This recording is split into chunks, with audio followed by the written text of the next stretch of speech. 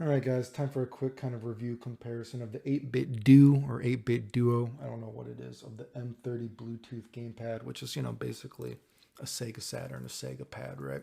Versus the Retrobit Sega Saturn controller, right? And of course, the regular original Sega Saturn controller, or the Japanese version specifically, right? If we're not talking about that clunky American original version, is of course one of the most beloved, I feel like, controllers, you know, in video game history, especially for fighting games, right? So everyone's trying to get their knockoff, right? Or their piece of the pie. And as much as I want to like the Retrobit ones because they look exactly the same, they seem to be the same specs, they are pretty janky in my experience, unfortunately. And I know recently they did send me parts to fix it because they have admitted to some manufacturing errors, but that still doesn't change the fact that I got to fix this shit. So that's pretty unfortunate. But compared to the 8-bit Duo, I will say the 8-bit Duo does feel sturdier. It does feel more durable. However, it is noticeably smaller, and I don't even consider myself to have big hands, and this controller feels very small, very tight. I can barely fit.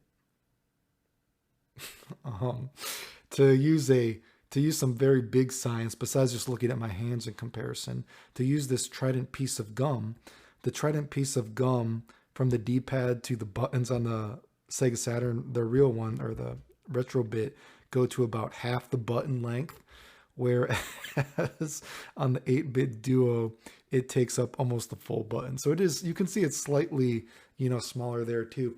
However, I think the real question I have with this controller is, and let me say, I paid for this, knowing, which is, I'm kind of a little disappointed I paid for this because although I do think it feels durable, if you look at the D-pad,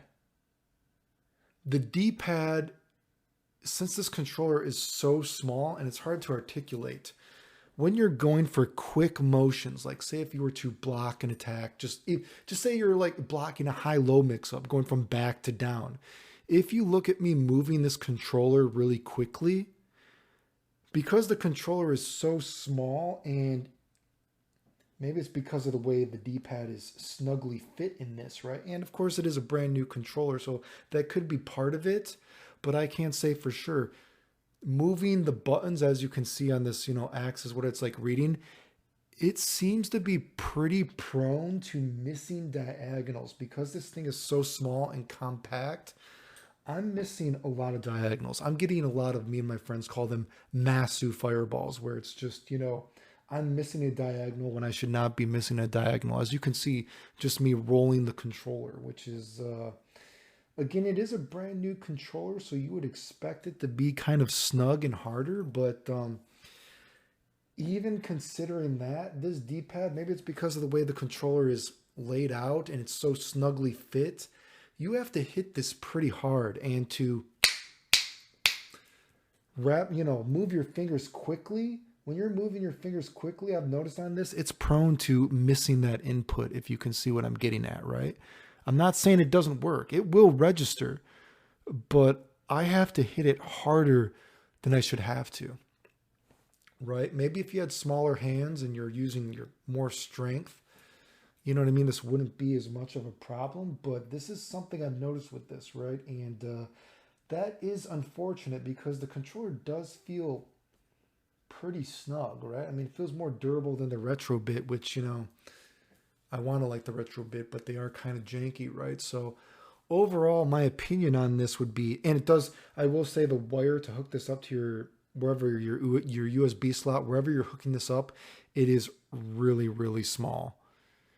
It's very small. I will say that. But so what am I going to say about this? I'm almost tempted to say that I want to take it back, see if I can send it back. I don't know if it will take it back since I played with it for, about 20 minutes or 20 minutes, half hour or so, just to see how it works. I guess my opinion on this would be, if you have very small hands and you don't mind using more strength than I feel like you should have to, I feel like this controller is okay, but I don't even consider myself to have big hands, and this controller feels quite small to me. And I feel like it's, man, I guess it's Retrobit just has a monopoly on it, I guess. You know what I mean? It's unfortunate that there's a quality control issue with a lot of their stuff. And, you know, I'm not saying like the customer service hasn't been bad per se, but I mean, the janky quality is janky quality, right? But I guess what are you going to do? So that's my review on this. I did pay for this, so if you want to like the video, sub, whatever, share the video. That's pretty disappointing. I know it's brand new, so I'm expecting it to be snug, but it's a little more, I feel like this is more than just snugness, if you get what I'm saying. And I know I'm talking about very precise things, but it is what it is.